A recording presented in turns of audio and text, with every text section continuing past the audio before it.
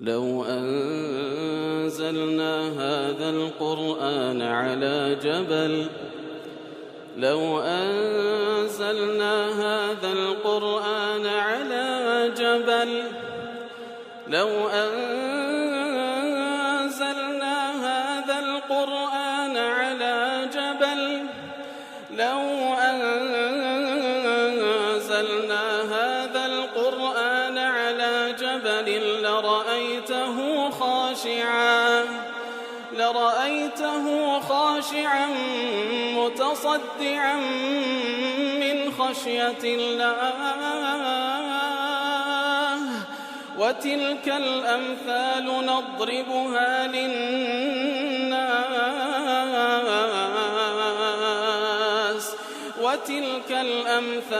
نضربها للناس لعلهم يتفكرون. الحمد لله والصلاة والسلام على رسول الله وعلى آله وصحبه ومن والاه. السلام عليكم ورحمة الله. برزان خوش حالم لواني 470 لواني كاين تفسير القرآن في رزبين وخزمتان وانبست رزامن رب العالمين وهي دان ايو عزيز سودي لور بقرن برزان هذا سنو خزمت آياتي تسلو يقل سورة المائدة كوادواني رابرجل خزمتي دابون كالله سبحانه وتعالى فرمان پیغمبرك وندايدك صلى الله عليه وسلم بيا أيها الرسول بانجدك أي پیغمبر لا يحزنك الذين يسارعون في الكفر خفض مخلواني كوابلدك لنا كفر كوادو تاقمن كومالك لوانا منافق كوا بزمان ضلين إيمان من هنا وبضليش إيمان ينهنا وهروا لزو لك كان أواني كوا أودو تاقمه وصفي عندك أبوي كواس زور جويل درو رادقن وهروا زور جويل لكسانك رادق كوا أوان نهاتين لايتو أواني كنهاتين لايتو كسانك تحريف كلامي خواي قوردكن واتكلام رب العالمين كلا توراة لبوان دابزية وهروها منافقة كانيش تحاول ددن تحريف كلامي خواي قوردكن الذي جاي خوي لا يبدن دلين أجر أو قصدي كدت بيشنا أجر پیغمبر صلى الله عليه وسلم اوي كوا حكمكي مطابق بلقال حكمكي كايما دماني او وري بقرن اگر مطابق نبو مخالف بو او فاحذروا اقادار بن وري مقرن تر الله سبحانه وتعالى فرمي هر كسش الله بيه بفتني باتون هاتواني تلوبك يا رسول الله صلى الله عليه وسلم يتر اوانك سانكن الله سبحانه وتعالى نيويستيا دلكان يان خاوي مكاته ولا دنيا دا سر شعوريان لبوها لقيامتش عذابي عظيم قورا إتلا واني رابردو جيشت بين أو بشيء آتي كوادا فرمي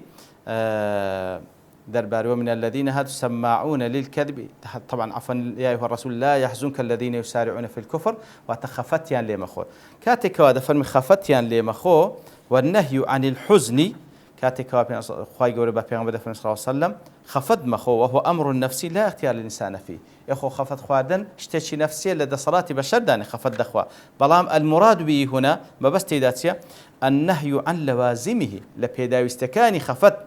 خواي قورة فرمي واز لبيداوي استكاني خفض بينه كالإكثار من محاولة تجديد الشأن المصائب وتعظيم أمرها كواتا هول بدأ نوي مكوى خفتك نوي مكوى زور بيري لي مكوى بقوري مزانة وبذلك تتجدد الآلام ببير هنا نوا زال لدواي زار نوي كرد نوي بقوري زانيني طبعا خفت زيادك لو خواي قول فرمي لا يحزنك واتا بيري لي مكوى بقوري مزانة بيري لي مكوى بقوري مزانة يتر خفتي لي مخو وكو بيشتريش باس ما كرد كوا خواي قول فرمي واتا خمي أود نبي جرنجيان بيمدو أمن بسر ديخن بسر أوانا وهروها وكدر وفي هذه الجملة كم تسلية الرسول صلى الله عليه وسلم وتأنيس لقلبي كاتو وراسي دل نبايل لبيان صلى الله عليه وسلم وإرشاد له إلى ما سيقع له من أعداء من شرور حتى لا تأثر بها عند وقوعها يعني حتى دفرمي لداها توش أو تكرار دبيتو موقفي أو كسانة لمنافق لجول كان يتر لا صدمة نبيتا بلكو خفتي لمخو خواي قول سبحانه وتعالى بسر الديخي إيتر دفرمي أو دتاقمي كوا يسارعون في الكفر بلدك لنا كفر خفتيان لمخو صفتيان تسية أو منافق أو زول كان سماعون للكذب زور جويل لدرو رادقرن وهروا زور جويل كسان راد كوا وانهاتنا لات سماعون للكذب سماعون جمع سماعة وهو صيغة مبالغة كوا تزور جويل درو رادقرن نجيء بها لإفادة أنهم كثير السماع للكذب صور جويل درو رادقرن دبروي بصيغي مبالغاته. وإنهم لفساد نفوسهم يجدون لذة في الاستماع إليه من رؤسائهم وأحبارهم. سبحان الله. ئەوانە کەسانێکن نەفسیان فاسد بووە، دڵ و دەرونیان فاسد بووە، لێ کاتێکەوە زۆر گوێ لە درۆ ڕادەگرن لە پیاو گەورەکان و بەناو ئەحبار و عالیمەکانی خۆیان، لەزەتێک وەردەگرن لە بیستنی درۆ. سبحان الله. ینی تەماشاکە ئەو سیفەتە لەسەر چەند کەس جێبەجێ دەبێت. لەزەتێک وەردەگری، دەزانی درۆیە بەڵام لەزەت وەردەگری لە بیستنی درۆ لە گەورەکانی خۆیان. ومن هم على شاكلة في العناد والضلال. ئیتر ئەوەی کەوا درۆیان لۆ دەکات لە سەرکردەکانی خۆیان لە بەناو عولەماکانی خۆیان، یان ئەوەی کە هاوشێوەی ئەوانن لە عینادی و لە گومڕایی، ئەوانە لەزەت لە گوێگرتن لە درۆکانی ئەوان وەردەگرن. سماعون للكذب لامك إما لتقوية العمل، لامك لبوتسيا لبوي كوا عمل كان بهستر بك، أي أنهم يسمعون الكذب كثيرا سماع قبول وتلذذ. كواتا أوان زور جوالي رادقرن بشويك جوالي راد كوا قبولي دكن لذتي شي وردقرن، ويأخذونه ممن يقوله من أعداء الإسلام، لا تجمنان إسلام وليدقرن أو دريانا، على أنه حقائق ثابتة لا مجال للريب فيها. بو الشيوي وردقن وكو باش زان دوري بلان وكو حقيقته وردقن كواهيج مزالي شكو قماي تدانيا. أو إما لتقوية العمل كواتا قال لا مكلب التقوية عمل بي أو معناه كتي. وقيل إن اللام للتعليل، هندي تشيج لزانا عندلين سمعون للكذب لا مكلب التعليل واتا لبو عله هنا نوايا، أي لبو السبب، أي أنهم كثير السماع لكلام الرسول صلى الله عليه وسلم ولأخباره من أجل الكذب عليه. كواتا زور جيل أخباري بيغمبر صلى الله عليه وسلم ولا قسكان في أصل مرادقرن بونيا زيتا وكود دروي لسربكن عن طريق تغيير وتبديل ما سمعوه على حسب ما تهوى نفوسهم مريضة. سبحان الله. بس جويلي رادقرن زوري جويلي رادقرن ليردا كواتا جويلي بيغمبر رادقرن صلى الله عليه وسلم بس تنها لبوتي علا كيسي سبب كيسي لبوي كواد افتراي لسربكن وقسكي بقورن بوشي كوا هوا نفسيان بيان خوش. لإكليل دل أن قوله تعالى سماعون للكذب يدل على أن سامع المحظور كقائله في الإثم، يعني إشارة الزوانة أو كسي كوا دروي دكا شش تدانية درو زندج من إخوائه برام أوي كوا دزاني دروي وجوشي ليدا رادقري أويش لقلبي الشريكة، أويش لقلبي شريكة وكو كابراي درو زن ما دام دزاني درو زن لون دجوي لي رادقري كوات لقلبي الشريكة لو دروي. سبحان الله. بله سماعون لك سماعون لقوم آخرين لم يأتوك زور جوي لكساني تشي دكرادقن كأو كساني أوان جوان لي رادقن أصلا نانا لاي بيغمس خلاصا بخوان، أي لم يحضروا مجلسك كوات أوان زور جوي لكساني رادقن كأوان هرنايا نخزمت بيغمس صلى الله عليه وسلم وتجافوا عنه إفراطا في البغضاء. اصلا دور كوتينو بيان صلى الله عليه وسلم لوري زور خيان لبيغمبر صلى الله عليه وسلم انا مجلسك انيش دسن او منافق وجول كان دسن جولي وان رادقن كان وان ده حاقدا اصلا توانانيه بين خزمه بيان صلى الله عليه وسلم جوشي اللي رابقرن، اي قابلون من الاحبار ومن اولئك المفرطين في العداوه كوات اوان زور جولي لو كسان رادن كوا بناو حبري يهودين وعلماء اواني كوا زيد الرويان كل الجملات بيان صلى الله عليه وسلم الذين لا يقدرون ان ينظروا اصلا اوان دب بغض يعني هي برام بيان صلى الله عليه وسلم او كسانا ناتوانن بين بيبينا. قيل هم يهود خيبر والسماعون بنو قريظه. يتر او قلت لا يا زانان دلن اوي كوا اوجو لكاني كوا بيان صلى الله عليه وسلم خفتيان لين اخوا كبخوان زور جول درور رادقرن زور جول كسانش كرادقرن اوان بني قريظنا واواني كوا اصلا ناتوان بين خزمه بيان صلى الله عليه وسلم هندرقيان ليتي كاوان بني قريظه سنجوان لراد اوانش جولكي خيبرا. وكو قلت من العبره بعموم اللفظ لا بخصوص السبب. بيان لمسلك اخر من مسالكهم الخبيثه. يتر اوش يقلا ريقا كانيان إلا ريقا هر خبيثة كانيان لتجات بيان صلى الله عليه وسلم بعد بيان احتفالهم بالأخبار الكاذبة لدواء وكوافنوي أو دوتسينا منافق كان وزولك كان زور جولة درو رادقرن أو زارا دفرمي زور جوش لكسان كوان ده حاقدا لبرحق ده ناتوان بين الآيتو، أي أن هؤلاء المسائل في الكفر من المنافق واليهود من صفات أنهم كثيرو السماع للكاذب زور جوي لو دريانا رادقرن التي يروجها أعداء الدعوة الإسلامية زۆر گوێ لە درۆ ڕادەگرن و زۆر گوێ لەو کەسانە ڕادن کەوانە هەندە حاقیدن بەرامبەر بە ئیسلام تەنها ئەخبار و شایعە و دیعایە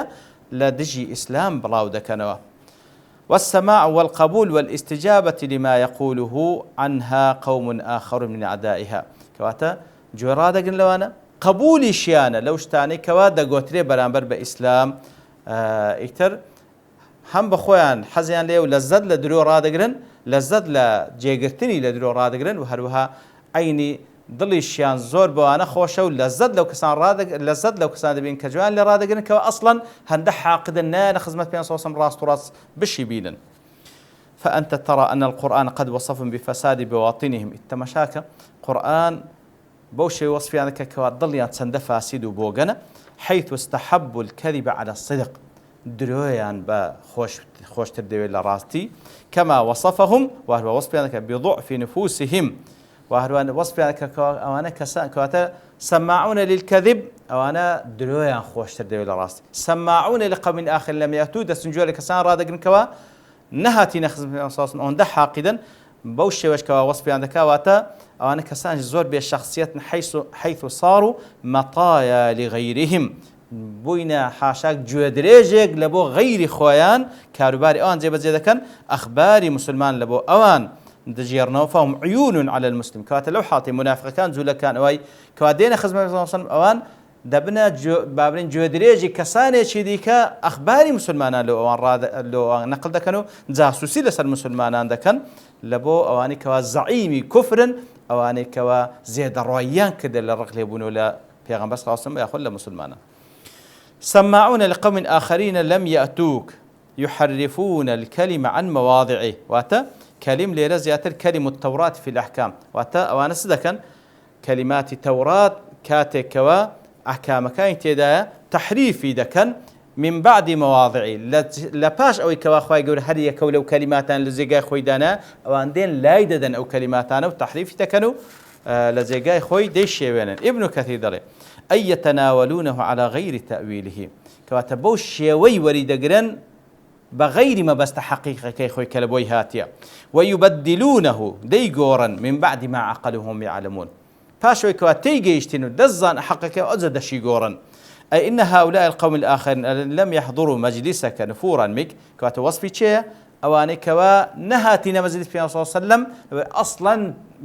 تواني بينيني بيغمبريان صلى الله عليه وسلم ده حاقدا أو هم والمسارعون في الكفر من المنافقين واليهود ياخذ أواني شو أواني كوا بلاش دكن لنا وكفر لزولك ولا منافق كان هميان بوشي وصف ذكرين كوا من صفاتهم ودأبهم لصفته عادة وانسية تحريف جنس الكلام عن مواضعه كواتوان صفتيان أو عادتيان أو كوا كلام لزيقاي خويلادن تحريف ذكر فهم يحرفون كلامك يا محمد صلى الله عليه وسلم كوات حتى كلامي توش كجولي رادقرن لبوئي كوات تحريفي بكن ويحرفون التوراة وهو التوراة تحريف ذكر ويحرفون معاني القرآن حتى ما تماشاك تنبأ شاملي ليشيان دايتو زانان حتى معنى كان قرآني تحريف ذكر التاوكل قال أوي أهواء الشهوات بقنزي ويحرفون الحق الذي جئت به أو حقك وأتوه هناك لبيان بازكي تحريف ذكر تارة تحريفا لفظيا هنزا تحريف لفظي دكن وتارة تحريفا معنويا وتل لفظ كان بينا قور بلا معنى كيد قورن وتارة بغير ذلك من وجوه التحريف والتبديل بأنواع الشواسي ديك لا تحريف ولا تبديل قوران كاري ديكن من بعد مواضعه أي يحرفون الكلمة من بعد استقرار مواضعه وبيان حلاله وحرامها كواتل لدواي أو كوا خواي يقول لزيقاي خوي داينا أو ألفاظاني خوي لتوراة ولا قرآن بيروز لها مكتبة خوي أوان دين لباشو كاستقراري كده لزيقاي خوي أوان دانوي بيقورن لزيقاي خوي لهي بدن أزد فرمي من بعد مواضعه وفي مواطن أخرى بقول عن مواضع طبعا هل سورة النساء يحرفون الكلمة عن مواضعها لسورة مائدة يحرفون الكلمة عن مواضعه بلام ليرة عين لسورة مائدة لزيقاي يحرفون من بعد مواضع ليرة ميني زياد كردية لأن المقام هنا للحديث عن الأحكام المستقرة الثابتة لبروي ليرة باس لو أحكام ثابتة مستقرة ندكاتا التي حاول أولئك المسارعون في الكفر تغييرها أواني كوا فلذلك لنا كفر دانو أو أحكاماني كوا ثابت وزيجيرة دانو لجيجاي خوي لابدن وإحلال أحكام أخرى محلها دانو أحكامي دي كل جيجاي دابنين لا أوي لقال أهواو آرزوي خويا بقونزي هر وكل قضية زيناك وكل سبب نزولي باس ما كرت كوا ويستيان ببنا ولا بيان صلى الله عليه وسلم بلام أوي كلقال أهواء باون شهوات خويا عند قونزيتا فكان من المناسب هنا من بعد مواضع أي من بعد استقرار مواضعه وثبوتها ثبوتا لا يقبل التحريف أو التغيير والإهمال كوات الدواء وكوا أو أحكام أنا خواي قول دايبا زاندية أحكامي منسوخ نية بلكو أحكامي مستقرة وثابتة ومحكمة أو عندنا بيجورن بلام هيهات خواي قول دين خوي هذا بارزي إتر آتك ديارشت تريشت دما ببشتوين رب العالمين لواني داهاتو دين وخزمتي وصلى الله وسلم على نبينا محمد وعلى آله وصحبه أجمعين وآخر دعوانا الحمد لله رب العالمين. لو أنزلنا هذا القرآن على جبل لرأيته خاشعا متصدعا من خشية الله وتلك الأمثال